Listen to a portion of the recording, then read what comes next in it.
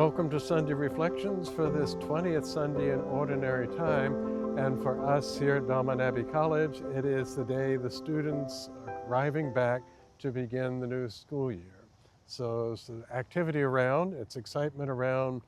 Certainly the peace and calm of the summer days has been shattered, but it's always nice to, one, welcome back friends of the returning students and to see the new students arrive, as some of them will turn out to be lifelong friends and acquaintances.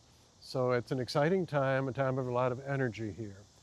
And that energy fits precisely with Jesus' words in the gospel. I have come to set the earth on fire, and how I wish it was already blazing.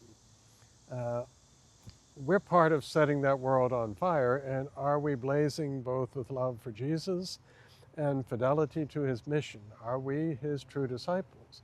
Because Jesus sends us out to preach the good news. That was the mission. Go to all the world and preach the good news.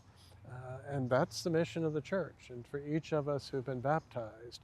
And that's ultimately our mission for Belmont Abbey College. The monks founded the college really ultimately to try to make sure their students would get to heaven. To get to heaven by using their God-given gifts to lead a good, a valuable, and a productive life on earth, which would be fulfilling to them and would make the community in which they lived a better place. But also the real goal of the education is to know what it is to live a good human life, as I said a couple Sundays ago. That's the real question that we all have to answer. How do I lead a good human life? If we go back to our first reading from a book of the prophet Jeremiah, we know that Jeremiah was not popular because God had sent him to tell the people of Israel and Jerusalem that because of their infidelity, it was going to be destroyed. And so in this particular instance, he had been turned over to be put into a cistern and sunk into the mud, and he was going to die there. And an official, Abbot, who was not an Israelite, he was a foreigner, rescued Jeremiah. So he reached out to someone who wasn't even his own countryman and saved the prophet from dying. And ultimately Jeremiah survives the destruction and capture of Jerusalem. Ultimately, the letter to the Hebrews is probably the real thing to pay attention to this Sunday. For the joy before him set, that we're to find joy not just in the happy things of life, but also in witnessing in the difficult things of life to that hope that is to come, of the life that is to come.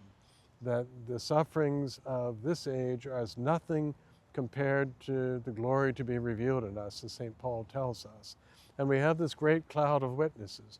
We have, first of all, the saints who've gone before us and have lived their lives as faithful disciples.